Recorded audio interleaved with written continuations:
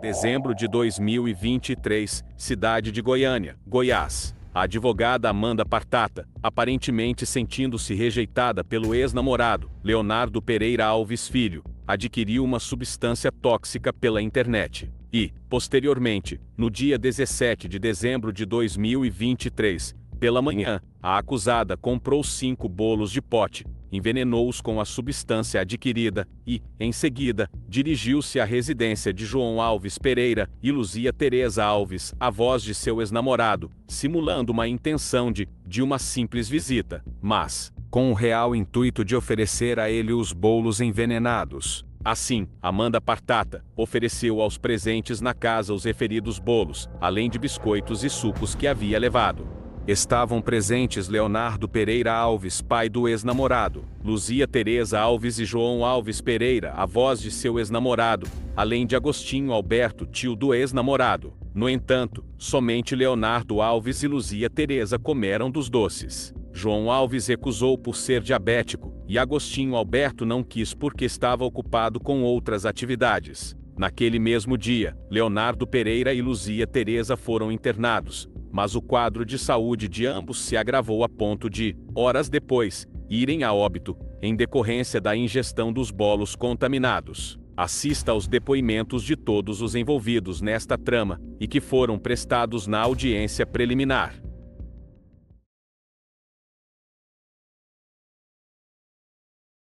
O senhor é delegado de polícia, né? Delegado de polícia. O senhor está aqui como testemunha, então. Perdão. Pois não, pode falar. Momento processual é este, antes que Vossa Excelência colha o compromisso legal do Dr. Carlos dizer a verdade, a defesa o contradita, Excelência, porque foi a autoridade que conduziu as investigações policiais. Tanto da perspectiva defensiva não seria isento, a defesa pede a Vossa Excelência que acolha a contradita e ouça a testemunha na condição de informante. Obrigado. Ministério Público que tem acusação. Não, em relação ao Ministério Público, problema algum, que ele seja ouvido como declarante ou mero informante, problema algum. Então, pode. Gravando, né? Então, dá a palavra ao Ministério Público, assento de acusação. Muito obrigado.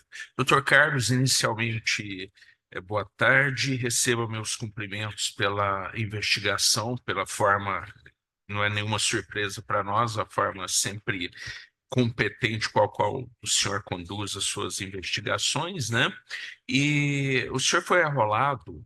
A nossa intenção é que o senhor explique como se desenrolaram as investigações. Isso é importante para nós, porque parece que houve uma linha em um sentido num primeiro momento e logo depois vocês abandonaram a primeira linha e encontraram indícios. Eu gostaria de pedir ao senhor que nos relatasse e desde já peço desculpa se eventualmente eu vier a interrompê-lo para fazer uma outra pergunta pontual. Então, pediria ao senhor que nos relatasse como se deram as investigações. Claro. Bem, de início nós recebemos a notícia, nós na Delegacia de Homicídios, recebemos a notícia da morte do Leonardo, da dona Luzia. Inicialmente nos foi comunicado como um caso de morte por intoxicação alimentar. Mas também de imediato já houve uma suspeita de que talvez não fosse uma morte por intoxicação, e sim uma morte por envenenamento, o que deveria ser apurado ali ao longo das investigações. Então nós recebemos então a notícia dessa morte, era uma morte suspeita, e de imediato eu era o responsável por aquele local em que a morte aconteceu, a parte sudoeste de Goiânia, e determinei então requisitei uma perícia no local do crime, requisitei também que o IML elaborasse um laudo cadavérico das vítimas, porque de início a morte tinha sido constatada pelo Serviço de Verificação de Óbito. Então, a partir daí começaram as investigações. De início, as investigações são muito abertas, doutor, porque nós não descartamos nenhuma linha possível. Então, havia a indicação de uma morte por intoxicação alimentar. As próprias vítimas morreram acreditando que haviam comido alguma comida estragada. Essa linha não foi descartada. Tanto que de imediato também já determinei a intimação da dona de uma doceria aqui em Goiânia, que era apontada como uma pessoa que poderia ter vendido esse bolo, a empresa dela, né, ter vendido um bolo estragado, para entender como é que era a linha de produção, a logística de transporte, armazenamento dos produtos da empresa dela. Então, foram essas duas linhas surgiram, elas surgiram concomitantemente, elas passaram a ser apuradas concomitantemente também pela Polícia Civil. Em relação à diligência no local do crime, a perícia de local do crime se iniciou e nesse momento alguns familiares estavam no local, alguns primos das vítimas estavam no local e surgiu então a investigada Amanda Partata Mortosa. Ela foi até o local, ela apresentou um comportamento que gerou uma suspeição por parte dos investigadores, que foi o fato de ela dizer que estava presente naquele momento, quando as vítimas ingeriram as substâncias, as comidas, né? E ela disse também que foi ela quem levou a comida. Então, ela passou a ser uma pessoa importante para ser ouvida na investigação. De imediato, eu determinei que meus agentes a intimassem para que ela fosse até a delegacia de polícia. Ela vai até a delegacia e eu começo a realizar um interrogatório. Naquele momento, era uma oitiva formal da Amanda, ainda não era como investigada formal. Isso no mesmo dia, Isso logo na manhã em que nós recebemos a notícia das mortes. certo? Na manhã do dia 18 de dezembro de Dia 2023. Ela chega até a delegacia de homicídios, salvo engano, por volta de 10, 11 horas da manhã, que é quando eu começo a oitiva da Amanda. De início, ela não sentou ali para ser ouvida na condição de investigada, até porque não tinha nenhum elemento que recaía contra ela. Ela passou a ser ouvida como uma pessoa envolvida na cena do crime e as coisas foram se clareando melhor. Era um momento extremamente inicial das investigações e as coisas foram ficando mais claras com o passar das perguntas. Então, como ela se apresentou como uma pessoa que estava presente no momento do café da manhã, em que duas pessoas teriam comido algo que levaram elas a óbito, e ela teria levado esses alimentos, né? Eu passei já a perguntar para ela todo o trajeto que ela havia feito nos dias anteriores no momento, no dia do crime e nos momentos posteriores, né? E ela apresentava uma narrativa muito sequenciada, ela parecia uma pessoa extremamente inteligente, tranquila, calma. Ela não chorou em nenhum momento, não expressou nenhum sentimento de tristeza ou de arrependimento. Ela falava, inclusive, que estava grávida e também estava passando mal e pediu para ir ao banheiro algumas vezes durante essa oitiva, como se ela também tivesse comido alguma coisa estragada. E até aí, de início, não havia algo concreto contra ela, né? Mas em determinado momento eu pedi para que ela explicasse, né, o horário exato que ela saiu do hotel. Ela me disse que saiu do hotel em que ela estava hospedada, foi até um mercado, comprou os alimentos e levou para as vítimas na casa delas. E eu pedi que ela disse que tinha feito esse trajeto por meio do aplicativo Uber, né? Eu pedi que ela me mostrasse no aplicativo o horário exato que ela chegou em cada um desses lugares. O horário exato que ela saiu do hotel, o horário exato que ela chegou no mercado, depois o horário exato que ela volta para o hotel e, enfim, sucessivamente. E ela pegou o celular e me mostrou na mão. E ela, como tinha autorizado que eu visse o conteúdo do celular, eu falei, posso pegar o celular? E quando eu estendo a mão para pegar o celular, ela bloqueia o celular e fala, não, você não tem direito. E a partir de agora eu só falo na presença do meu advogado. E esse comportamento, por mais que não possa ser interpretado em prejuízo dela, me fez, como autoridade policial responsável ali, adverti-la que a partir daquele momento as perguntas poderiam gerar uma autoincriminação e que ela poderia ficar em silêncio. Então ela foi avisada que poderia ficar em silêncio. Ela acionou o advogado dela, que é o doutor Carlos Márcio. Nós aguardamos a chegada do doutor Carlos Márcio para dar continuidade para o interrogatório dela. E quando o doutor Carlos Márcio chegou, a oitiva dela já foi transformada em interrogatório, foi dado a ela o direito de ficar em silêncio e eu determinei a apreensão do aparelho celular dela. O doutor Carlos Márcio chegou e ela, na presença do advogado, então, decidiu falar. E ela trouxe uma versão dos fatos, no sentido de que ela realmente teria comprado os alimentos, voltado para o hotel e levado para as vítimas, mas ela disse que não tinha envenenado. Eu perguntei se ela teria envenenado a família, ela falou que não, que ela amava aquela família, que ela nunca faria aquilo com as pessoas que estavam recebendo ela. Ela falou que comprou uma orquídea para levar para Dona Luzia, né, que é uma das pessoas que vieram a falecer, e deu todos os passos, né, do que ela fez no dia do crime e nos dias anteriores ao crime. Nós confirmamos, né, muito do que ela falou era verdade.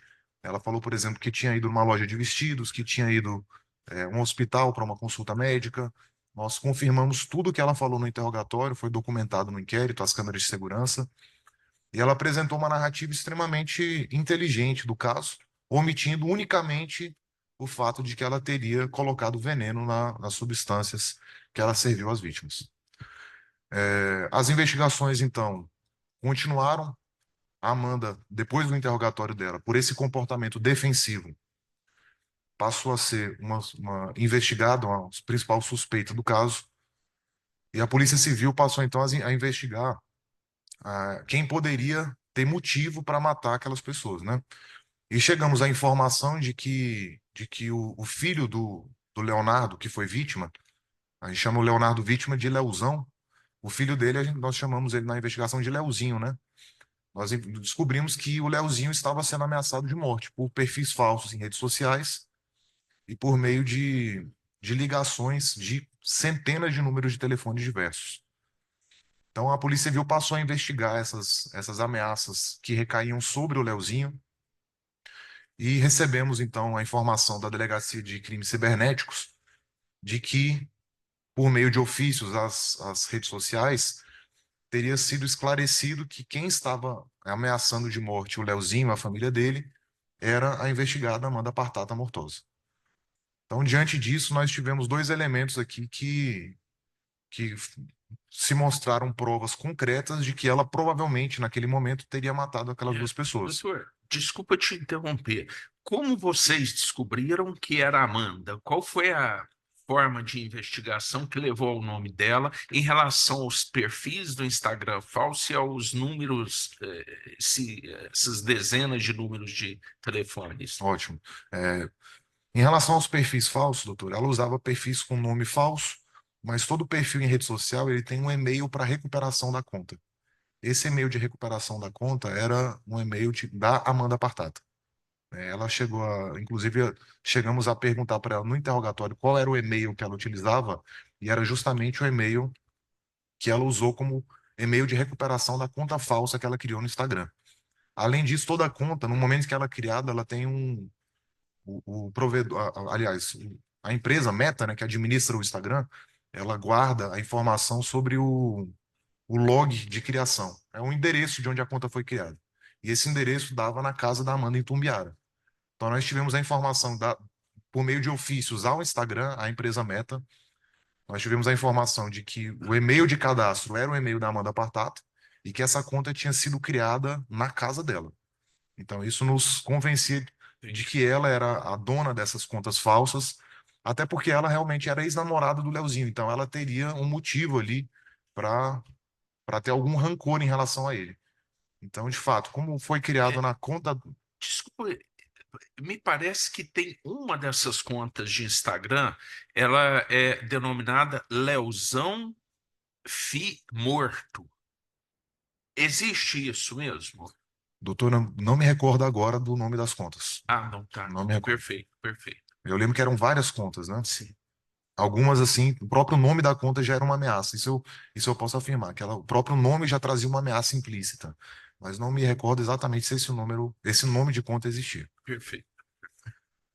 Então, quando nós tivemos essa certeza de que quem ameaçava de morte o Leozinho e a família do Leozinho, por meio desses perfis falsos e por meio dessas ligações, era a Amanda, e sabendo que foi ela quem comprou os alimentos e levou os alimentos para as vítimas, eu me convenci que ela era a autora, documentei tudo isso em uma representação e pedi ao Poder Judiciário que decretasse a prisão temporária da Amanda. O Poder Judiciário, diante do parecer do Ministério Público, concordou com os argumentos e decretou a prisão temporária da Amanda. A partir dessa prisão temporária, que foi bastante divulgada, e até a prisão temporária, de fato, ela serve para isso, para que as investigações elas sejam mais eficazes. Nesse caso, serviu plenamente, porque depois que ela foi presa temporariamente, a sociedade começou a trazer várias informações sobre o fato e sobre o histórico da Amanda à Polícia Civil. A principal dessas informações, que mais nos ajudou com a investigação, foi a informação de uma testemunha, salvo engano, o nome dela é Joamar, que ele é servidor público do estado de Minas Gerais, mas ele fazia viagens de Minas para Goiás, e para compartilhar os custos da viagem, ele se cadastrou num aplicativo de caronas chamado BlaBlaCar. E nesse aplicativo, além de caronas, ele também trazia encomendas, né, de Minas nas cidades do trajeto dele para Goiânia. E ele recebeu uma encomenda da Amanda para que ele buscasse uma caixa de papelão na casa dela e trouxesse para Goiânia, para onde ela estava. E eu perguntei para ele como é que ele, né, traria uma caixa assim, sem saber o conteúdo. Eu perguntei, pô, poderia ser droga, poderia ser algum ilícito? E ele falou, não, eu só faço esse serviço quando a substância, quando a encomenda tem nota fiscal, quando for algo lícito. Então, diante da informação de que a Amanda teria pedido, né, para ele trazer uma encomenda com nota fiscal, a Polícia Civil pediu a quebra do sigilo fiscal da Amanda. E dentre essas notas fiscais veio a nota fiscal da compra de um veneno. Então, com isso, nós descobrimos que a Amanda teria comprado um veneno arsênico, que posteriormente a perícia identificou nos bolos que ela serviu às vítimas e também nas vísceras das vítimas no laudo cadavérico. Então, nesse momento da investigação, nós conseguimos comprovar que a Amanda comprou o veneno por um site da internet, e que ela pediu para esse motorista de aplicativo chamado Joamar trazer essa caixa com o veneno da casa dela em Tumbiara até o hotel em que ela estava hospedada em Goiânia. E esse veneno que a Amanda comprou foi o mesmo veneno encontrado no corpo das vítimas e nos alimentos que a Amanda serviu às vítimas. A investigação seguiu, o celular que foi apreendido com ela no dia do interrogatório foi submetido a uma perícia na Polícia Federal. Nós contamos com a colaboração da Polícia Federal, porque era um telefone bem tecnológico. A Polícia Federal conseguiu extrair o conteúdo daquele aparelho mediante autorização judicial. E nós então tivemos a informação de que ela, dentro desse celular, ela tinha pesquisado, né, se o veneno que ela serviria às vítimas tinha gosto, tinha cheiro, se poderia ser descoberto numa perícia. Logo depois que ela serviu os alimentos às vítimas, que o Leozão manda mensagem para ela preocupado, o Leozão manda uma mensagem para ela assim: Amanda, a gente está passando mal, você está grávida, vai para o hospital porque você pode passar mal também, você também comeu os bolos, né?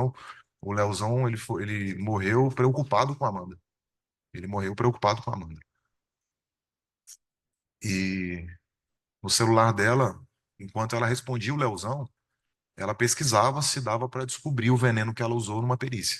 Então, ela estava preocupada, em saber se ela seria pega ou não. A Polícia Civil tem isso muito claro.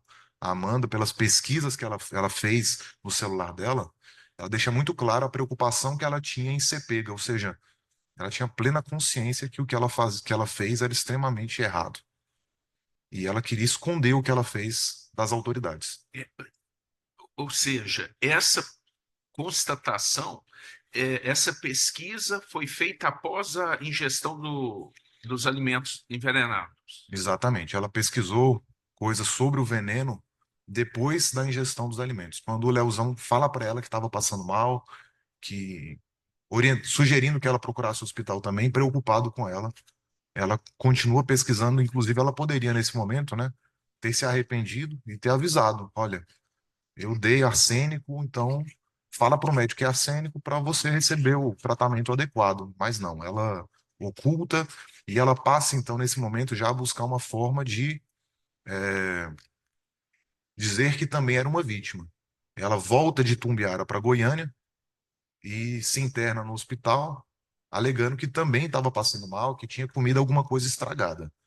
Então ela começa a criar uma falsa narrativa de que o alimento era estragado e que ela também tinha comido alguma coisa estragada. Então ela acreditava que isso passaria como verdade, pelo que nós vimos do comportamento dela depois que ela serviu esses alimentos às vítimas.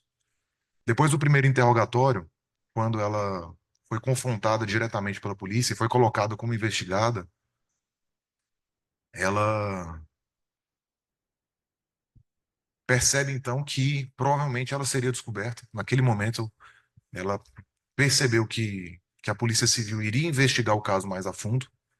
Eu acredito que no primeiro momento ela tenha pensado que o fato fosse passar como intoxicação alimentar. Mas quando ela percebe que a Polícia Civil a colocou formalmente como investigada, então ela passa a criar, na minha percepção, uma segunda linha de defesa, que seria uma doença psiquiátrica. Então ela se interna voluntariamente numa clínica psiquiátrica e, e já passa a trazer essa segunda linha de defesa. Ela, como advogada, conhece as teses defensivas que poderiam ser aplicadas ao caso dela.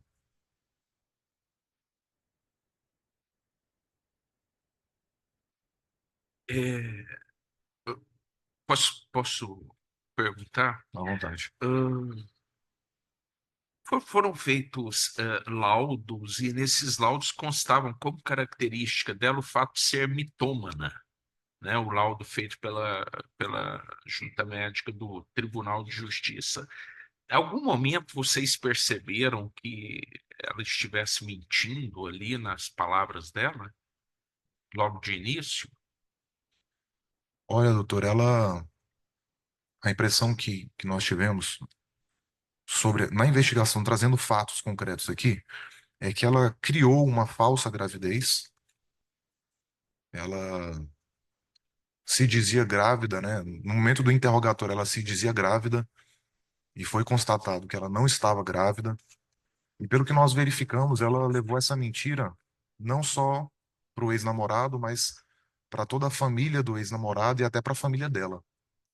Ela falsificou exames de gravidez. Nós encontramos exames verdadeiros em uma busca domiciliar que foi feita na casa dela. E então eu não conheço as características médicas dessa situação apontada no laudo, mas o que eu posso afirmar é que ela cria sim criou histórias falsas com o intuito de se aproximar daquela família, uma família que a recebeu de braços abertos, que a tratou com todo carinho, porque acreditava que era uma pessoa boa, e, e ela usou dessa mentira para se aproximar e fazer esse mal que ela fez para a família. Não posso aqui falar sobre características médicas, né, por falta de conhecimento mesmo, mas sobre a mentira, é certo que ela sabia que ela mentia, porque pelas câmeras das imagens de segurança, nós percebemos que quando ela não estava num ambiente de pessoas para quem ela nutria aquela mentira, ela não buscava reforçar aquela história falsa. Por exemplo, quando ela foi comprar os alimentos no Empório Prime, aqui no mercado de Goiânia, ela vai com a barriga à mostra. Ela estava com a barriga praticamente zero. E ela se dizia uma pessoa grávida de 6 meses, né? Agora, quando ela vai para a casa da família, ela coloca um vestido largo, né, para disfarçar a barriga de uma pessoa que não estava grávida. Então, assim, eu acredito, pelo que nós apuramos, que era uma pessoa que criava histórias falsas, mas ela sabia que a história era falsa, que ela usava essas mentiras, de uma forma inteligente para trazer para perto dela as pessoas que ela queria conquistar. Certo. Vocês estiveram na casa dela em Itumbiara. Deu para perceber que a família era de posses, pessoas que tinham propriedades, posse, uma condição financeira boa? Então, doutora, a Polícia Civil ela está acostumada a trabalhar com um público muitas vezes sem muito patrimônio, né? Pessoas que não tiveram acesso à instrução, não tiveram acesso à saúde, não são muito favorecidas pelo Estado.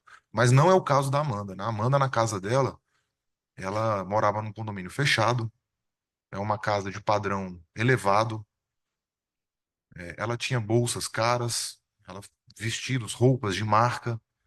Poucos dias antes do crime mesmo, ela vai em uma loja de vestidos e ela comprou mais de R$ 3.000 em vestidos. nas oitivas que nós fizemos da família das vítimas, né?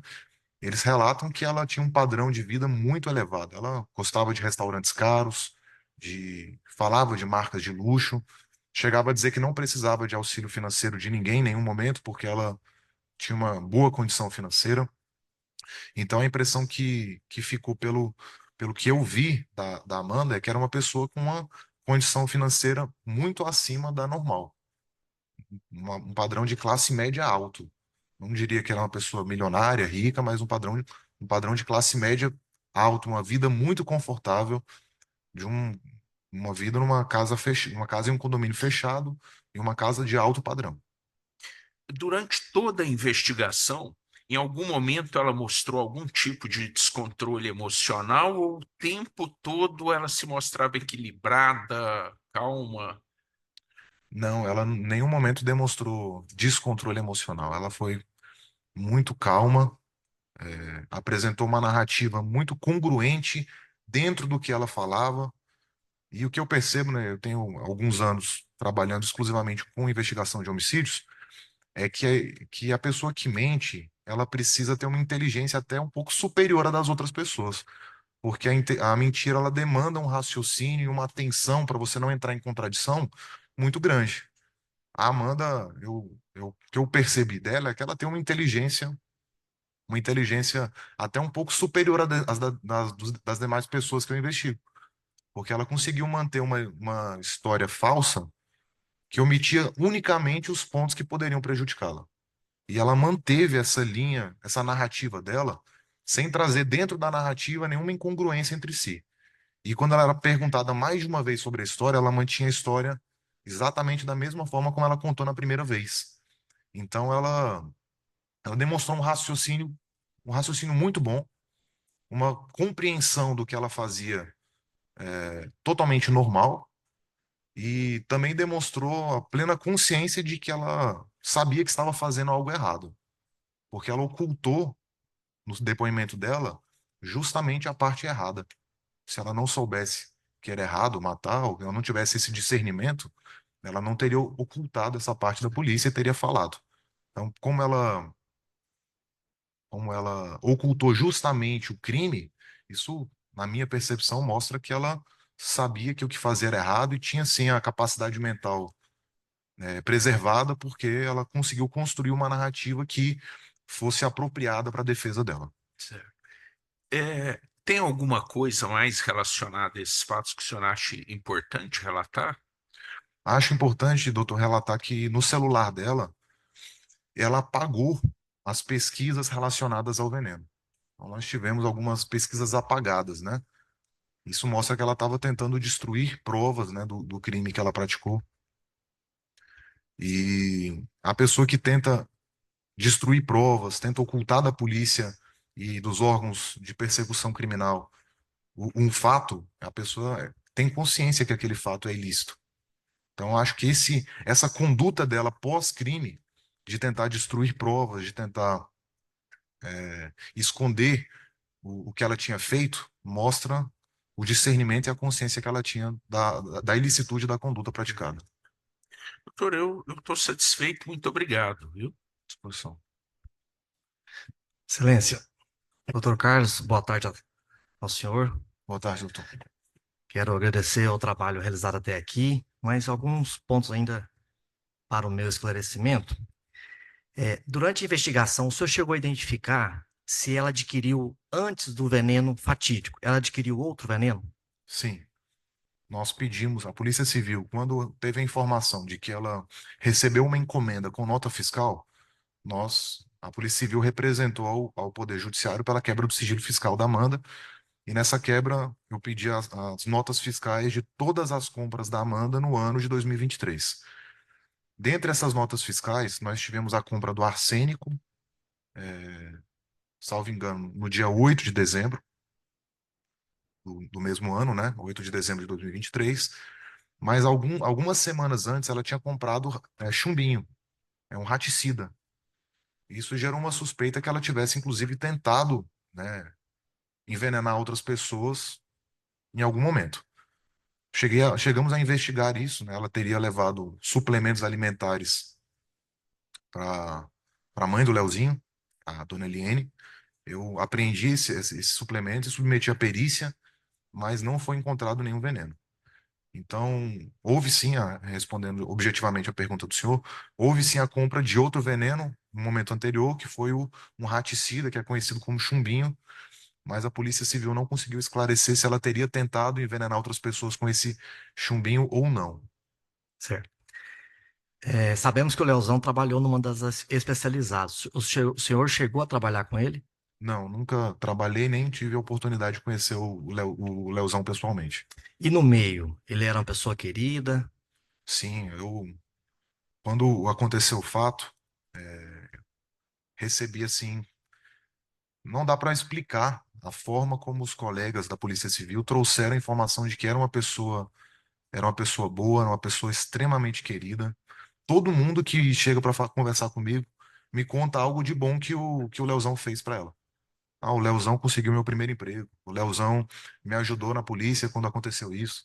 O Leozão é uma pessoa simpática. Uma das minhas agentes, né, a Sabrina, que trabalhou nesse caso diretamente, teve a oportunidade de trabalhar com o Leozão na delegacia de furtos e falou que era uma pessoa, assim, maravilhosa. E eu percebi isso também ao longo da investigação, né? Dá para perceber que ele, primeiro momento que ele passa mal, a primeira preocupação que ele tem é com a Amanda, né? Amanda, ó, tô te mandando mensagem aqui porque a gente comeu aquele bolo, eu tô passando mal, eu tô preocupado com você, né? A Amanda já tinha terminado o relacionamento com o Leozinho, eles receberam a Amanda lá com um abraço, o Leozão recebeu ela com um abraço na casa. Era uma pessoa que acolheu a Amanda, né? Eu cheguei a me questionar, a gente se envolve muito na investigação, eu cheguei a me questionar por que que a Amanda fez isso com essa família, sendo que ela já tinha, pelo que nós apuramos, já tinha forjado outras situações de falsa gravidez com outros namorados, e ela não chegou a matar ninguém. E eu me convenci, doutor Luiz, que ela fez isso com essa família porque foi uma família boa, uma família do coração bom, que a acolheu de braços abertos. Então ela teve a oportunidade de prejudicar essa família. Nas outras famílias que ela forjou falsa gravidez, a pessoa nem não queria nem assumir o filho. Falava, não, depois você fizer o teste de DNA. Uma das pessoas que nós ouvimos falou isso. Falou, não, eu pedi o teste de DNA, ela nunca fez. Então, assim, a pessoa já afastava ela de imediato, né? Esse caso, eu percebi uma família do coração tão grande que acolheu a Amanda simplesmente confiando no que ela falava era verdade. E ela se aproveitou da bondade dessas pessoas para fazer o que ela fez. Em relação à diligência que foi feita na casa do fato, quando a equipe chegou, o senhor estava presente? Quando a equipe da Delegacia Foi, de Homicídios. que foi até a casa. No dia seguinte, o Não, senhor não, estava presente? não, nesse caso eu determinei que minha equipe fosse ao local, mas eu fiquei na delegacia. Perfeito. E, É, claro que eu fiquei na delegacia, mas todas as ordens eram dadas por mim da delegacia. Então eles me ligaram umas 3, 4 vezes, me explicando o que estava acontecendo para que eu tomasse as decisões. certo. E a minha pergunta é assim, se o senhor pode descrever o que a equipe se deparou lá no local, sobre vestígios de vomitado, de fezes, da colheita da prova do bolo, como que ela tem isso relatado para o senhor? Bem, o que a equipe relatou é que a mesa de café da manhã ainda estava posta e que tinha resquício dos alimentos, tinha o suco de uva ainda estava, a garrafa ainda estava sobre a mesa.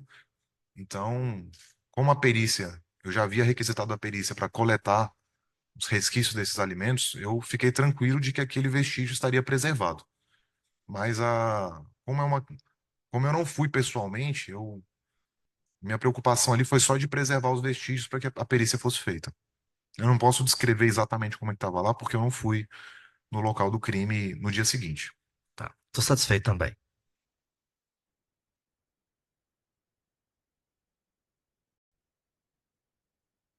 Dá a palavra da defesa.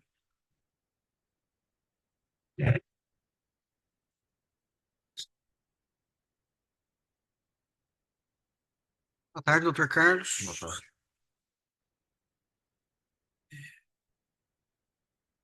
Doutor Carlos, na relatório de investigação que existe nos autos, está na folha 123 do inquérito, doutor Espiridão. o senhor fala que... Vou localizar aqui só para ver exatamente a expressão.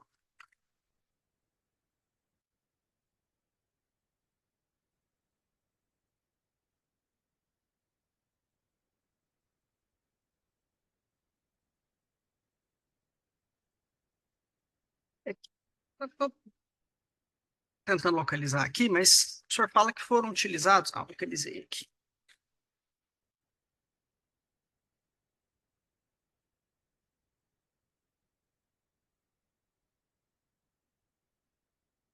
No intuito de subsidiar as investigações, a equipe de investigadores efetuou pesquisas em fontes abertas e fechadas e obteve informações relevantes de um procedimento investigativo que tramitou na Delegacia Estadual de Repressão a Crimes Cibernéticos.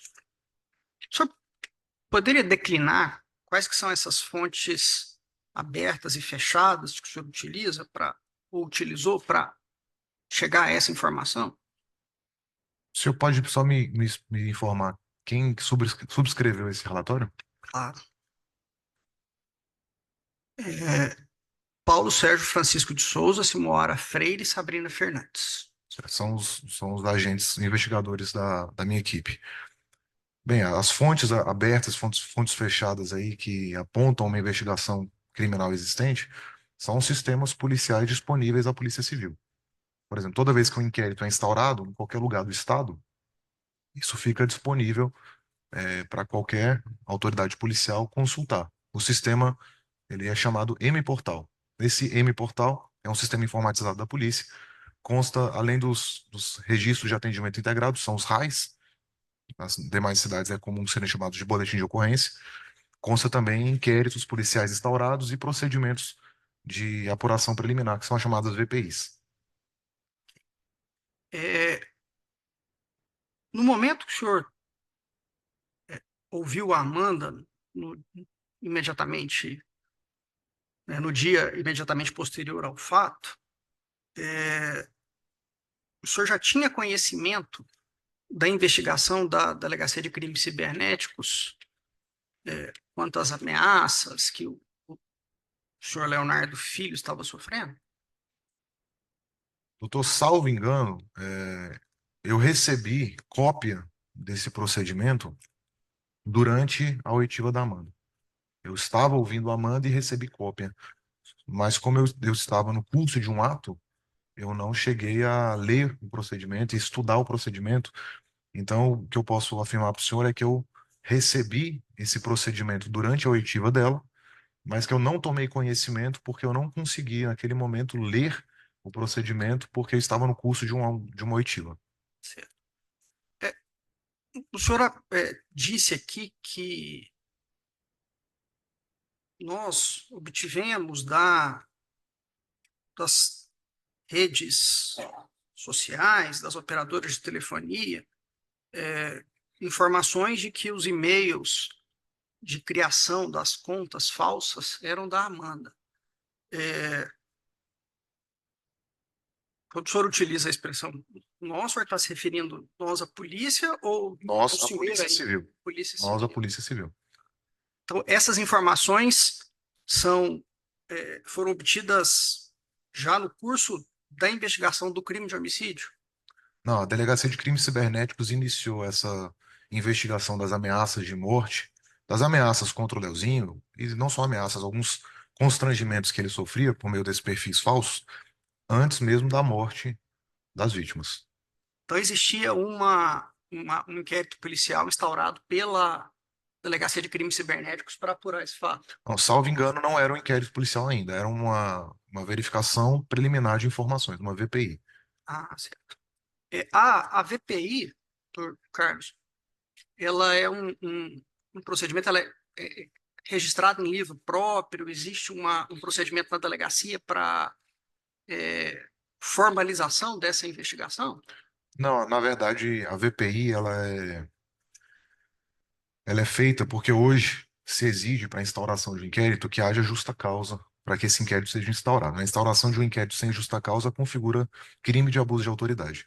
Então, quando a polícia recebe a notícia de um crime e ainda não há elementos suficientes para demonstrar que houve um crime, que há viabilidade da investigação, a polícia realiza uma apuração preliminar informal antes da instauração do inquérito, que é um procedimento formal. Essa investigação preliminar, ela tem a finalidade de dar justa causa para a instauração do inquérito ou preservar a imagem de alguém que poderia ser alvo de um inquérito indevidamente, e ela é feita de forma informal na delegacia. É, então, o senhor disse aqui também que durante a oitiva da Amanda solicitou o e-mail dela. Então, o senhor solicitou o e-mail como informação de praxe na São oitiva dados, dela, são informações que são solicitadas em em toda todos os oitiva, né? interrogatórios. Exato. É,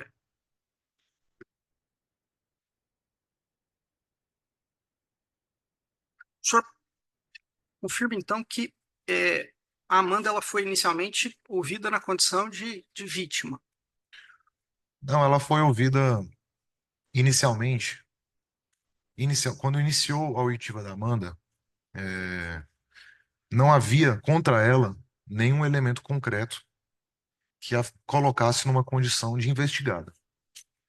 Então, ela não foi ouvida na condição de vítima, porque não havia ainda certeza nem de que havia crime, poderia ser uma intoxicação alimentar, e também não foi ouvida na condição de Só em investigada. declarações. Foi um termo de declarações, perfeito. Quando surgiu uma mínima suspeita de que ela poderia ser autora, ela então foi colocada formalmente na condição de investigada e foi dado a ela os direitos constitucionais, inclusive o de permanecer em silêncio e de ser acompanhada pelo advogado que era o senhor.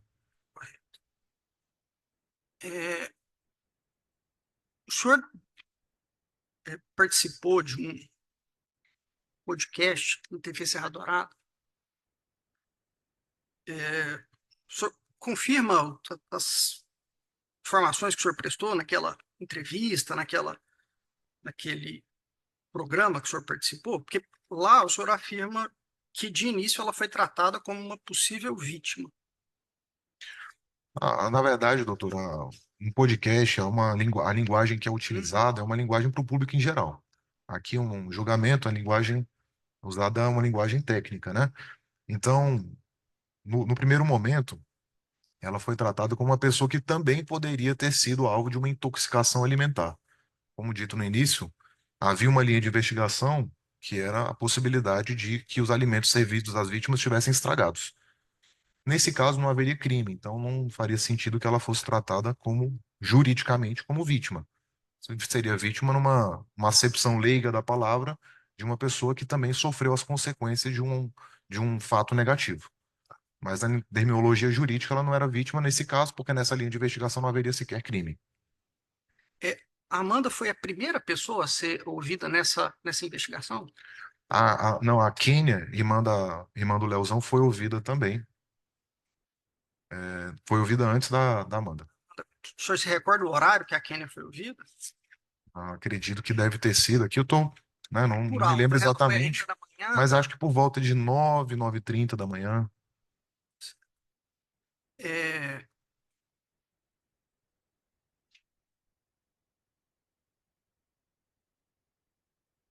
o senhor pode afirmar que ela não comeu o bolo, Quem? a Amanda? Não. Eu posso afirmar que ela não comeu o bolo com veneno.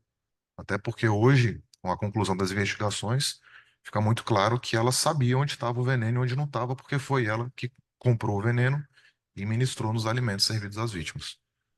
Mas se ela pode ter comido algum bolo, mas certamente não foi o bolo que ela colocou o veneno. É,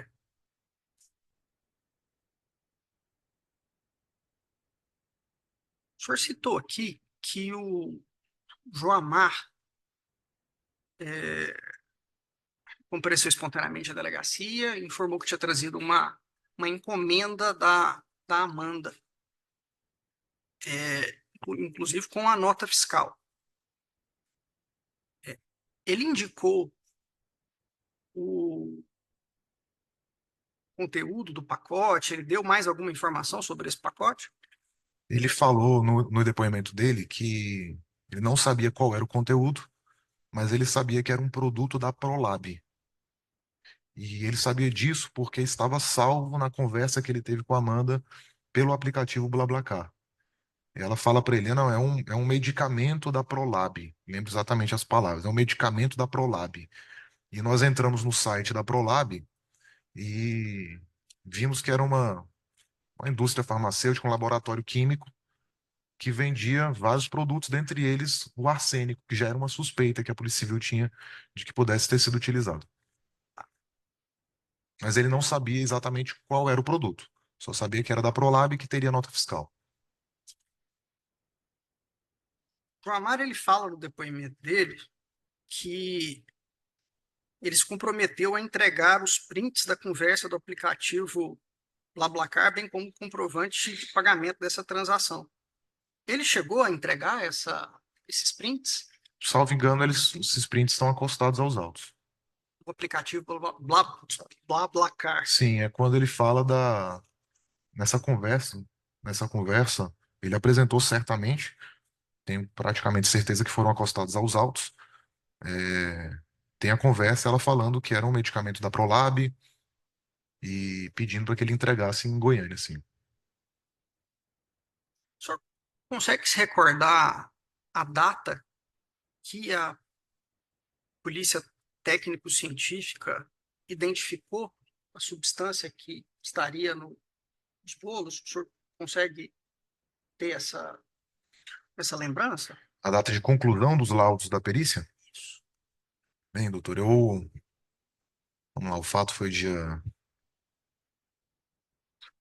18 de dezembro, 17 para o dia 18. Eu acredito que foi na primeira semana de janeiro, mas assim, não me recordo exatamente da Entendi. data. Tá certo. No dia 26 de dezembro, a defesa, petição subscrita pelo Dr. Rodrigo, apresentou um requerimento à Vossa Excelência, pedindo que todas as perícias que ainda não tivessem sido concluídas fossem intimadas, nos termos da Lei 8.906, fossem intimadas para indicação de assistentes técnicos. E aí, o senhor proferiu um despacho no dia 27 de dezembro, dizendo que, em relação ao último pedido, informa que as perícias já foram concluídas e documentadas nos autos, de forma que, salvo melhor juízo, o pedido que os advogados sejam intimados para oferecerem quesitos fica prejudicado. O senhor confirma que a impressão que o senhor tinha naquele momento era que as perícias já tinham se encerrado. Bem, doutor, acredito que o senhor vai ter acesso aí, se o senhor puder confirmar a data de conclusão do laudo, a gente pode estar nessa dúvida. Porque se não tivesse sido concluído, também tem um outro ponto que passa a ser relevante, que é o fato de que, durante o inquérito ele é conduzido de forma inquisitiva. Então, não há na produção das informações do inquérito uma participação dialética das partes. Por exemplo, a indicação de assistente técnico, ela é feita na fase judicial, de acordo com meu entendimento como autoridade policial. A indicação do assistente técnico, formulação de quesitos, ela é possível, mas na fase judicial. Então, pelo que o senhor me falou no despacho, quando o senhor requereu, a perícia já tinha sido concluída, então esse pedido ficou prejudicado. De toda forma, se não houvesse sido concluído, na fase de investigação, no meu entendimento, a defesa não tem o direito de participar da produção da prova enquanto ela é realizada. O contraditório ele é diferido para a fase judicial.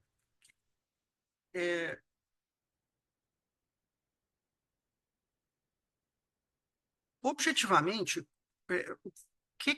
qual foi o fato que fez com que o senhor procedesse à apreensão do celular da Amanda?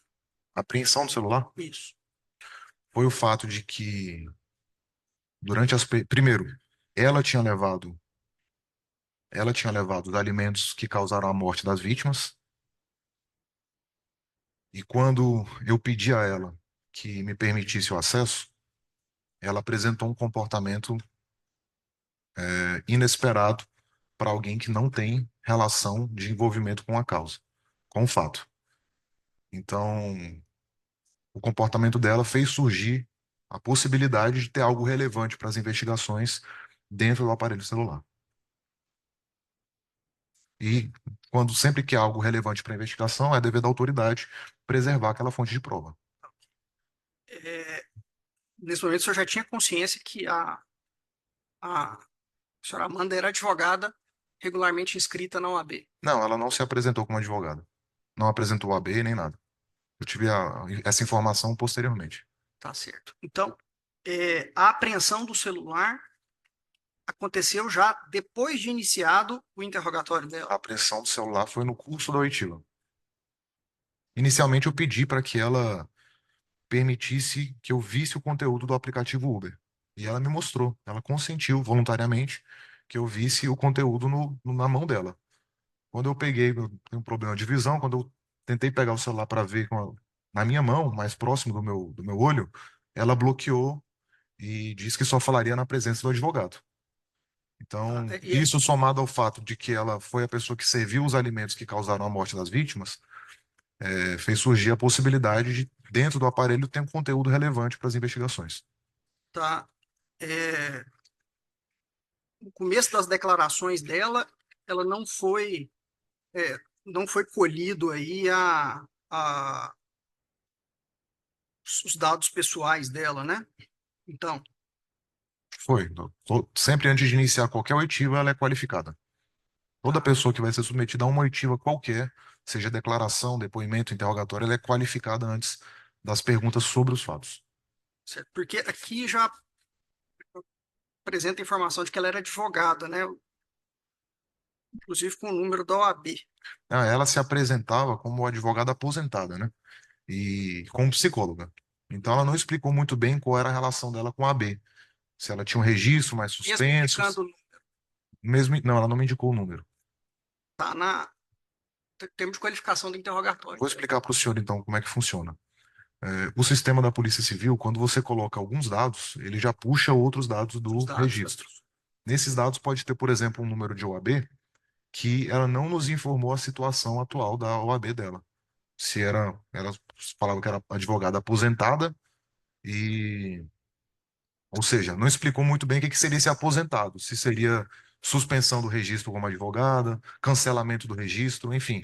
Ela não entrou nesses detalhes e não era relevante naquele momento porque ela não tinha nenhum direito a partir desse fato de ser advogada somente pelo oitivo. O advogado ele pode ser ouvido no inquérito policial como qualquer outra pessoa. Então, como não era algo relevante para o procedimento, ou seja, se ela fosse advogada ou não, isso não mudaria o rito que seria adotado, já que o advogado pode ser ouvido como qualquer outra pessoa, eu não entrei no mérito de saber se o registro da OAB dela estava suspenso ou cancelado ou se estava ativo. Claro, no momento que ela foi presa, isso foi relevante, porque ela foi recolhida numa cela especial, uma sala de Estado Maior. Doutor Carlos, o senhor falou que contou com a colaboração da Polícia Federal para fazer a análise do telefone.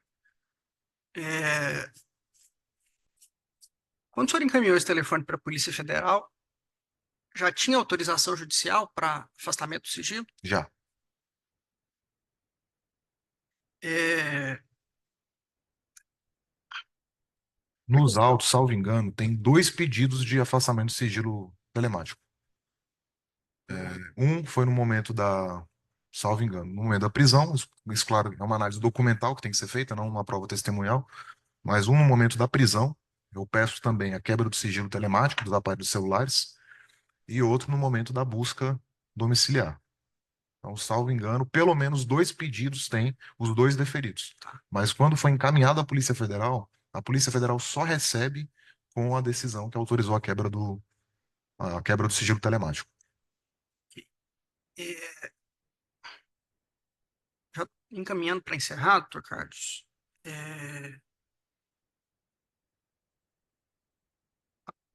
prisão temporária da Amanda, o senhor cumpriu a prisão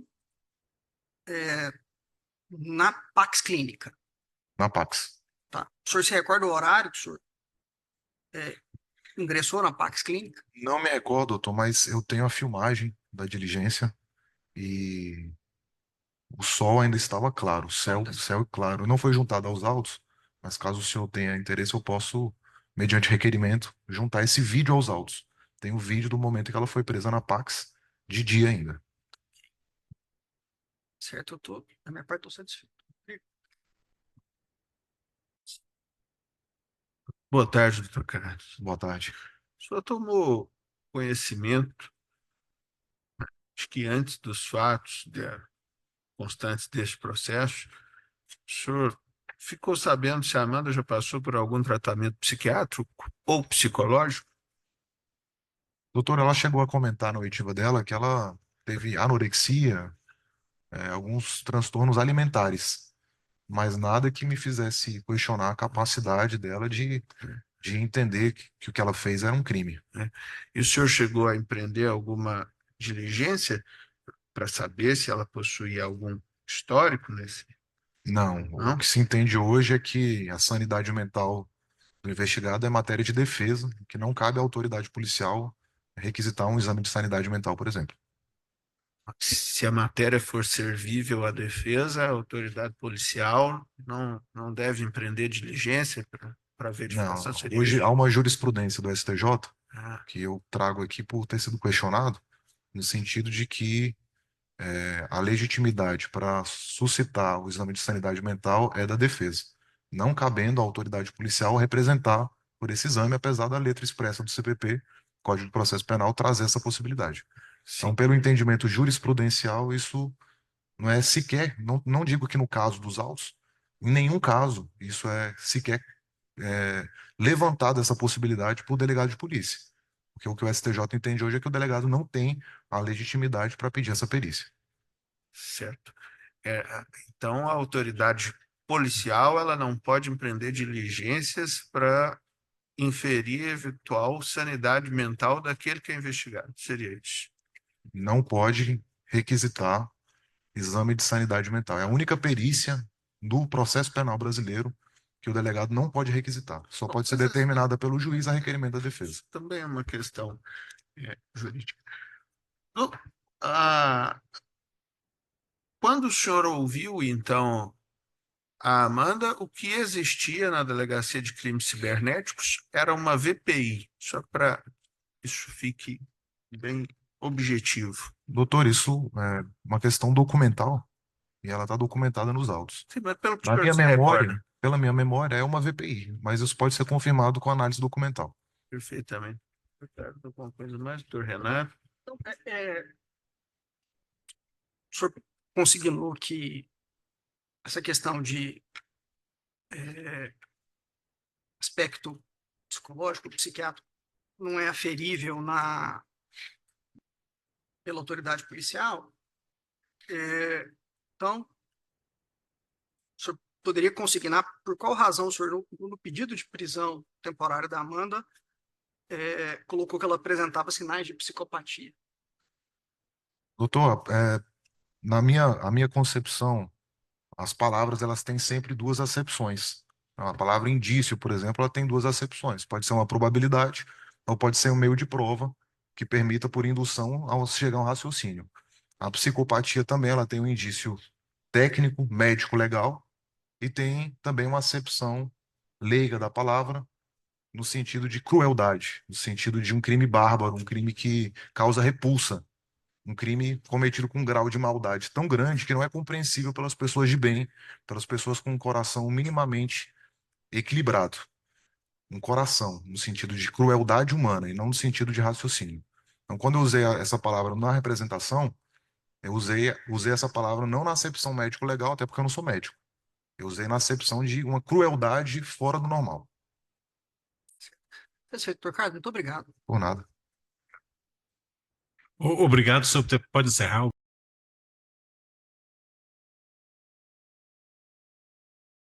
senhor é brasileiro? Sim. Casado, solteiro? Casado. Qual que é a profissão do senhor? servidor público. O senhor é parente da acusada ou de alguma das vítimas? Não, senhor. Os seus comprometem, é verdade? Sim, senhor. Então, devo advertido sobre essa afirmação falsa. Calar o que da verdade poderá ser processado por falso testemunho. Então, a palavra no Ministério Público assente a acusação. Muito obrigado, doutor. Joamar, boa tarde. Boa tarde, doutor. Consta aqui, Joamar, que você foi contactado pela Amanda, isso era no dia 15 de dezembro do ano passado, para fazer o transporte de um produto, né? Exatamente. Você pode relatar como que foi esse contato que ela fez com você? Sim, O senhor. horário? Pois não. Foi no dia anterior, à noite, eu estava em Minas Gerais, e ao fazer esse deslocamento de Goiânia para Minas, Minas-Goiânia, às vezes eu utilizo um aplicativo que compartilha caronas, chamado BlaBlaCar. Como eu estava em Minas, voltaria no outro dia pela manhã para Goiânia, ela me acionou nesse aplicativo, perguntando se seria possível trazer uma encomenda. Eu perguntei o que que era encomenda, ela disse que era uma medicação. Eu disse para ela que ela precisava me encontrar na BR, que é onde eu de costume encontro as pessoas. Ela disse para mim que não podia estar na BR porque não tinha ninguém lá para levar e tal, e se era possível, de repente, ir lá na casa dela e pegar e tal. Perguntei se tinha nota fiscal, ela disse que sim. Perguntei qual era o tamanho, ela disse que era uma caixa por volta de, acho que 20 por 20, 30 por 30, algo nesse sentido. E aí nós ajustamos, que seria dessa forma. No outro dia pela manhã, acho que por volta de umas 8 da manhã, passei lá na casa dela e peguei essa encomenda e voltei para Goiânia. Chegando aqui em Goiânia, ela ficou de encontrar comigo para pegar, mas ela não veio ao meu encontro, ela encaminhou um mototáxi e ele pegou essa encomenda comigo. Certo. O senhor já havia ou trazido ela ou alguma encomenda dela anteriormente para Goiânia, para qualquer lugar antes? Ou o senhor a conheceu naquele dia? Não, senhor, eu nunca tinha tido nenhum contato com ela, inclusive eu nunca vi. O meu único contato, ele se resumiu nesse contato telefônico.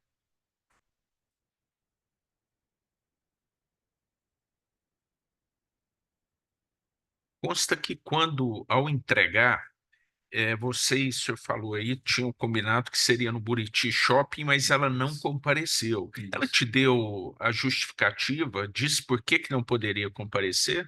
Ela só disse que não podia comparecer. Eu disse, olha, eu moro próximo, então eu vou para minha casa.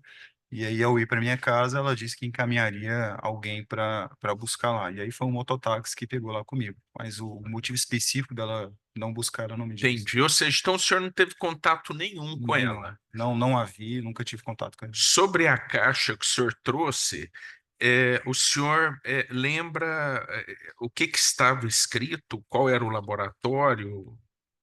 Estou até tentando procurar aqui para lhe mostrar se confere, não estou conseguindo encontrar. Era Prolab. Exatamente, doutor. Prolab. Quando eu peguei a caixa, eu peguei acho que com uma secretária dela lá na casa. Aham. Era uma caixinha, acho que por volta ali, como eu disse, 30 por 30, 20 por 20, algo mais ou menos assim. Havia um selo que revestia a caixa, era da Prolab, e na caixa também havia uma nota fiscal, que era uma das exigências que eu fiz a ela, porque eu perguntei o que que era a caixa, o que que tinha, ela me disse que era medicação, e eu questionei se havia nota fiscal. Ela disse que Certo. tinha nota fiscal, e de fato havia nota fiscal lá na caixa. Entendi. Essa secretária dela disse o dia que a caixa teria chegado até ela? Não, doutor. Meu contato com a secretária foi simplesmente bom dia, recepcionei a caixa e me retirei. Não tive nenhum tipo de diálogo com ela. Entendi.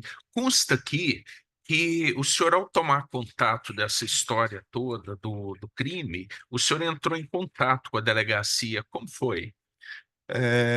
Eu estava acompanhando pela imprensa, e aí quando eu vi o nome, porque o nome dela é um sobrenome diferente, Partada, eu havia recebido dela um Pix, né, em virtude da encomenda que eu trouxe. E aí eu acessei meu aplicativo e quando eu vi, eu tive o desprazer de identificar que se tratava da mesma pessoa. E aquilo me gerou uma preocupação, porque, primeiro, a gente tinha tido um contato telefônico, e segundo, que ela tinha transferido um valor para minha conta. Então, por iniciativa própria, eu já procurei a delegacia e me coloquei à disposição. E relatou tudo que havia Exatamente. Todo ocorrido, né? ocorrido, enfim. Entendi. Quando a Amanda falou com o senhor, ela falou normalmente, ó, preciso de uma encomenda ou Sim. mostrava algum tipo de apreensão? Não, não, de forma alguma, doutor. Ela estava muito segura, muito tranquila. Só disse que era uma encomenda, era medicação, uma caixa pequena e que era possível trazer sem qualquer insegurança ou algo nesse Tá, aspecto, né? tá bom, estou satisfeito, muito obrigado. Viu? Obrigado. Eu também, excelência, satisfeito. Dá a palavra à defesa? Senhor Joamar, boa tarde. Boa tarde. Meu nome é Carlos Márcio, sou advogado, vou fazer algumas perguntas para o senhor. Pois não. Senhor Joamar,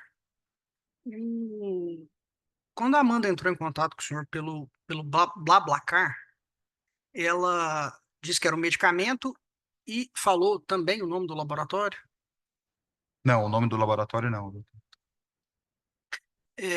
O senhor disse à polícia, que era o depoimento que o senhor prestou, que o senhor iria encaminhar os prints da conversa com ela no BlaBlaCar e também o comprovante do Pix. O senhor chegou a encaminhar essa documentação? Sim, senhor. Foi Encaminhei no, para o delegado no celular da própria delegacia. foi no mesmo, No momento da oitiva, eu já fiz no isso. momento da oitiva, o senhor já fez isso, tá? O senhor também fez o reconhecimento da logomarca do laboratório, né? Sim, senhor. O senhor que consignou para o delegado que era um laboratório, o nome do laboratório era Prolab, ele que sugeriu isso ao senhor? Doutor, não me lembro essa ordem especificamente. Se eu que, no momento do meu depoimento, eu falei do laboratório ou se o próprio delegado me questionou. Eu só posso afirmar que, quando eu peguei a caixa, eu me lembro que tinha, de fato, o selo da Prolab, que era acho que é espécie de um funil vermelho, algo nesse aspecto. E aí, ao pedir a confirmação se de fato coincidia com o que estava na caixa, eu afirmei dizendo que sim, que era o que eu havia visto. Tá, mas o senhor, só confirmando, o senhor não se recorda se a Amanda indicou para o senhor que era um medicamento da Prolab? Não, só me lembro que ela disse que era um medicamento. Qual era o laboratório, a gente não entrou nesse mérito. Tá certo, então. Mas ao pegar a caixa, eu vi que de fato havia lá o Prolab na caixa. Tá certo. Tá. Ok, muito obrigado. Por nada. Sem perguntas, Excelência. Obrigado. Pode ser. Obrigado, senhor, por ter prestado depoimento.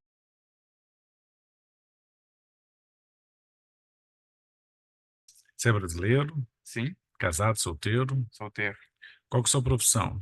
Atualmente eu trabalho como assistente comercial. Tá. Pedir só o favor de falar mais perto do microfone, por favor.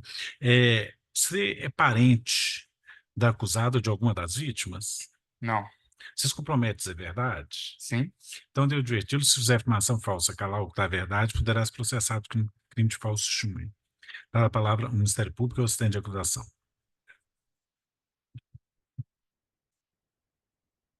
Elias. Boa tarde, Elias. Elias, consta aqui que você transportou a Amanda do Hotel Blend até uma residência lá no condomínio Privé Atlântico, né? Isso no dia 17 de dezembro do ano passado. correto. Que horário que o senhor pegou a Amanda no hotel? A pessoa que o senhor pegou no hotel? Olha, o horário exato não vou saber dizer, mas foi em torno de 8h30, 8h50, foi no período da manhã. Foi a Entendi. primeira viagem que eu fiz. O senhor disse que percebeu que ela estava carregando diversas sacolas, né, Sim. nas mãos, mas não deu para saber o que tinha dentro. Ela chegou a fazer algum comentário, conversava com alguém ao telefone, alguma coisa, o senhor chegou a reparar, é de sua lembrança? Olha, comentário comigo, não. Apenas o início da viagem, a cortesia que a gente se cumprimenta. Ela colocou a sacola dela do lado e ele ficou, não colocou, não pôs a mão mais, escorou no lado e falou no telefone do início ao fim da viagem. Uhum. Sim, no telefone ela parecia muito tranquila, falava abertamente, ria, a pessoa parecia totalmente despreocupada. Deu para perceber tipo, com quem ela falava naquele momento? Não, porque realmente nem procuro prestar atenção. Eu estava focado apenas em dirigir, não fico atentando que ela estava conversando no banco de trás, mas ela parecia muito relaxada. Certo, muito tranquila, Muito né? tranquila, ela sorria, falava muito tranquilo, escorada no vidro, como se não tivesse nada demais acontecendo. Entendi. Nada chamou sua atenção ali, Não, né? porque onde ela colocou a sacola do lado, nem ficou mexendo na sacola. Ela colocou a sacola e ali ficou. Uhum, Totalmente despreocupada, não mostrou estar inquieta nem nada do tipo. uhum. Quando vocês chegaram no destino, na casa das vítimas, o senhor disse que ela foi recebida por um senhor lá, né? Sim, seu Leonardo. Chegou a perceber o tipo de diálogo que foi travado? Foi algo muito cortês. O seu Leonardo veio ao encontro, Abraçou? enfim, ele veio tentando ajudar ela a carregar as sacolas, certo? Me cumprimentou, cumprimentei ele veio ajudar para pegar as sacolas. Foi muito cortês, ele foi abraçar ela. Foi isso. Ele parecia estar ansioso esperando ela, bem feliz com a situação. Foi o que me pareceu. Ou seja, parecia estar feliz em recebê-la na casa Sim, dele. É isso que o senhor quer sim, dizer? sim, Tá, ele sorria e ela também? sim. Alguém mais saiu do lado de fora para recebê-la ou foi só ele? Olha, o que eu me recordo foi apenas ele. Só ele. Sim. Você se lembra? Eu sei que é difícil, porque bem ou mal tem um certo tempo, né? Uhum. Quando ela o viu, ela chegou a falar alguma coisa? Não, dentro do carro não, ela foi apenas, pelo que eu me recordo, apenas aquele cumprimento, certo? Depois, ao que eles desceram, eles iniciaram o diálogo deles que eu já não consegui ouvir. Tá, Apenas eles se abraçando, ele pegando as sacolas, aquilo que vocês têm na filmagem. Escutar eu não ouvi. tá bom, muito obrigado, viu? Né? Luiz Gustavo falando, sou advogado. Duas perguntas apenas. Você comentou que ela se falava ao telefone. Falava por mensagem ou por ligação? Ligação o tempo todo, do início ao fim da corrida. Entrou no carro, cumprimentou, iniciou a ligação e desligou apenas A quando mesma chegou. pessoa. Aparentemente, sim, eu não posso garantir, mas Perfeito. tudo indica que sim. Na portaria do condomínio, ela chegou e vocês rapidamente tiveram acesso ou aguardaram por algum tempo a liberação? Senhor, agora eu vou tentar buscar um pouco na memória. Eu lembro que eles solicitaram meu documento, ela se identificou. Não ficamos muito tempo. Não sei se não posso garantir que foi de imediato, mas foi algo rápido. Deveria ter alguma liberação já prévia. Certo, muito obrigado. Dá a palavra à defesa. Boa tarde, senhor Elias. Boa tarde. O senhor faz mais ou menos quantas corridas ao dia? Senhor, não faço muitas, porque na Uber eu faço mais como um extra. Alguns final de semana, não são todos. Aham. Mais ou menos. O senhor não saberia quantificar? Não sei quantificar para o senhor, de Hum. verdade, não sei. Porque depende do dia, se eu vou trabalhar apenas 4 horas, 6 horas. Nesse dia em questão foram poucas, porque logo depois eu tive problema com o carro, então eu parei. Aham. Tá certo. Então o senhor não sabe mais ou menos quantas? Não O vou senhor não se quantificar. lembra a quantidade, mas nem mais ou menos. Não, é complicado, porque depende do dia, quanto eu trabalho ou não. Como eu não faço isso constantemente, fica difícil. Deve ser difícil mesmo se lembrar. Tá bom. Doutor Carlos Márcio, doutor Renato. Obrigado, excelência. Satisfeito. Muito obrigado. Pode encerrar. Obrigado.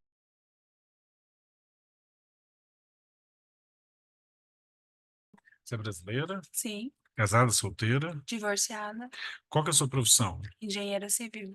Você é parente da acusada ou de alguma das vítimas? Não. Você se compromete a dizer a verdade? Sim. Então, devo adverti-la, se fizer afirmação falsa, que ela algo da verdade, poderá ser processada por falso testemunho.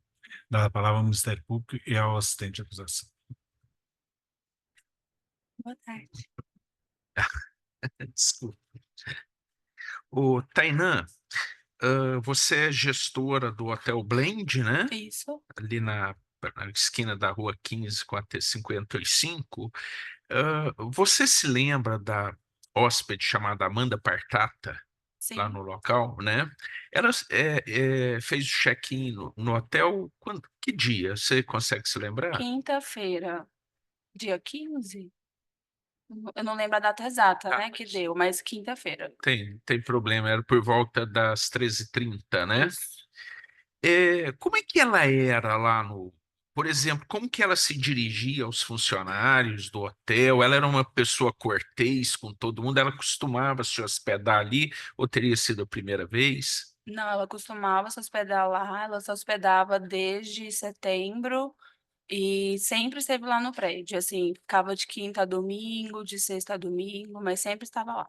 Sempre ali, né? Sempre. E como que ela era com os funcionários do hotel? Era uma pessoa cortês, educada, atenciosa? Nesse última vez que ela ficou hospedada, que foi na quinta do acontecido no domingo, e aí passou o tempo, a gente acabou descobrindo que ela não, nesse dia ela não tinha sido cortês. Como ela sempre esteve lá, e nós temos uma rotina de sempre pedir documento. E nessa abordagem, quando a gente foi pedir novamente, ela falou que não precisava, porque ela sempre esteve lá e era ela sempre. Mas mesmo assim, as minhas funcionárias exigiram e ela entregou o documento, que foi Entendi, a OAB, no caso. entendi. Vocês têm um sistema de câmeras lá. Sim, É, você se lembra se vocês chegaram a captar a entrega de uma caixa por um motoboy a ela? sim, Normalmente as entregas são feitas na portaria e armazenadas ali até que o hóspede chega, tá correto sim. isso? Só que dessa vez não, né? Não, ela desceu antes para receber. Entendi. Então, assim, essa encomenda que teria chegado a ela foi entregue diretamente a ela, nem passou Isso, pela portaria nem do nada. lado externo do prédio. Entendi. Consta que no dia do check-out, dia 17/12, ela teria feito check-out pela manhã, e deixou a bagagem dela lá. Isso, debaixo da... Ela mesmo guardou a bagagem debaixo da mesa de sinuca que nós temos lá no térreo. Entendi. E que horas ela retornou para buscar, você lembra? Por volta de 12h40, algo assim. Entre meio-dia e 1h30 da tarde. Era um domingo, você Então, estava lá não, nesse dia? eu Mas trabalho de segunda a foi sexta. possível obter a informação lá, Sim, né? Aí ela chegou, pegou a bagagem e foi embora. Foi isso. isso. Ela chegou a falar alguma coisa, só complementando a pergunta, algum dos funcionários, no momento em que ela foi buscar a bagagem, percebeu alguma aflição, alguma apreensão no rosto dela? Não, ela passou reto, já sabia onde estava a bagagem, pegou e saiu. Entendi. Eh, que consta que ela teria recebido uma encomenda no dia 15/12, essa através da portaria do hotel, né? Porém, a que ela recebeu no dia 16, a véspera do fato, vocês teriam visto só através das câmeras de segurança. Exatamente. Uma última pergunta aqui, eu já estou indo para o final. É, como ela se hospedava comumente lá, é possível que ela recebesse outras encomendas em outras hospedagens, né? Sim, Sempre foi através da portaria ou alguma outra vez ela recebeu diretamente do entregador? sempre através da portaria. Tanto é que uma das mensagens a gente passou pro policial para, às vezes, achar que era o medicamento que ela tinha usado. Mas não era. O medicamento que ela usou, ela recebeu do lado externo uma caixa que é a que tem nas filmagens. Certo, vocês entregaram para a polícia as imagens, né? Todas. Tá. Tá bom, muito obrigado, viu? Ah, Estou satisfeito. Dá a palavra à defesa? Sem perguntas. Sem perguntas. Obrigado por ter prestado depoimento. Tenha uma boa tarde. boa tarde.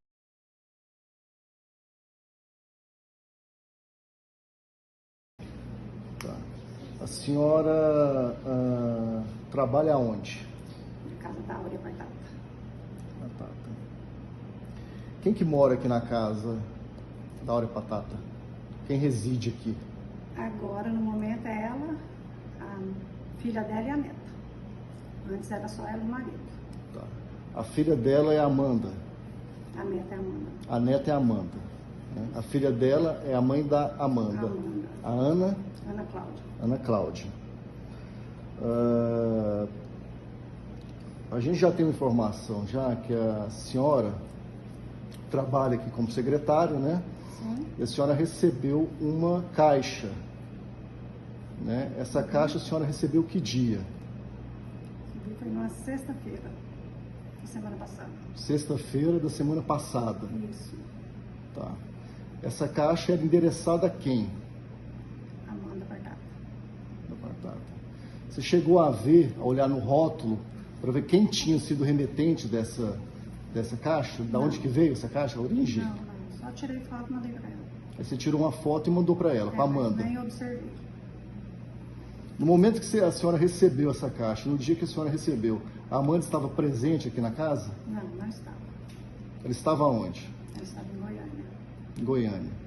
E essa caixa ficou por quanto tempo aqui? Ficou sexta, eles buscou sábado. Sábado. Quem buscou essa caixa? Não sei te falar. E que horas que pegaram essa caixa no sábado? Na parte da manhã. Mais ou menos o horário, a senhora sabe? Às 8 horas, mais ou menos. Às 8 horas da manhã. Quem buscou essa caixa, que veículo que estava? Estava de moto, de carro? Carro.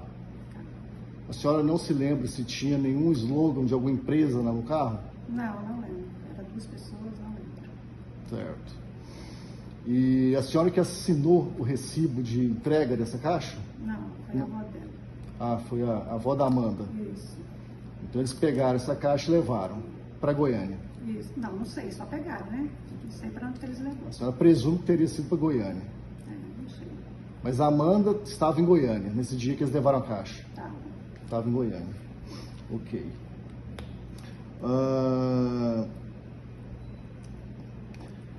Depois que essa caixa ela foi levada, a senhora chegou a comunicar para a Amanda que essa caixa tinha saído daqui da residência no sábado? Sim, eu falei para ela, mandei sua encomenda. Você falou para ela que tinha mandado a encomenda. Sim. Você comunicou com ela via WhatsApp? Isso. Ok. A senhora tem essas mensagens ainda? Tenho. Tem? Ok. Quando a senhora perguntou para ela, e ela falando, afirmando que ela já havia mandado a encomenda para ela, ela te disse o quê? Não, só falou obrigada. Tá. A senhora depois entrou em contato novamente com a Amanda para perguntar se a encomenda tinha chegado? Não. Não Falei mais com ela. Aí não teve mais contato com ela? Não. Ok. No sábado, a Amanda retornou para essa residência, não foi? No sábado mesmo? Sim. Que horas, mais ou menos? Não sei, que eu vou embora mais cedo no sábado. Então, A senhora então não estava aqui quando ela chegou? Não. Ah, tá. Eu vou embora mais cedo no sábado. Ok. Eu dou por encerrada essa oitiva.